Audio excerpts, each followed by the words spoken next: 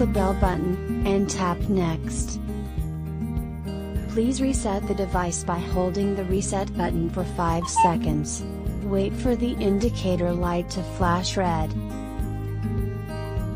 Select the Wi-Fi network you want to sync with. Please choose a 2.4G network, then enter your network password.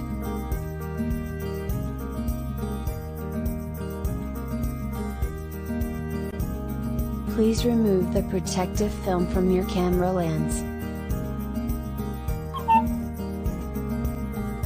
Connecting, please wait a moment.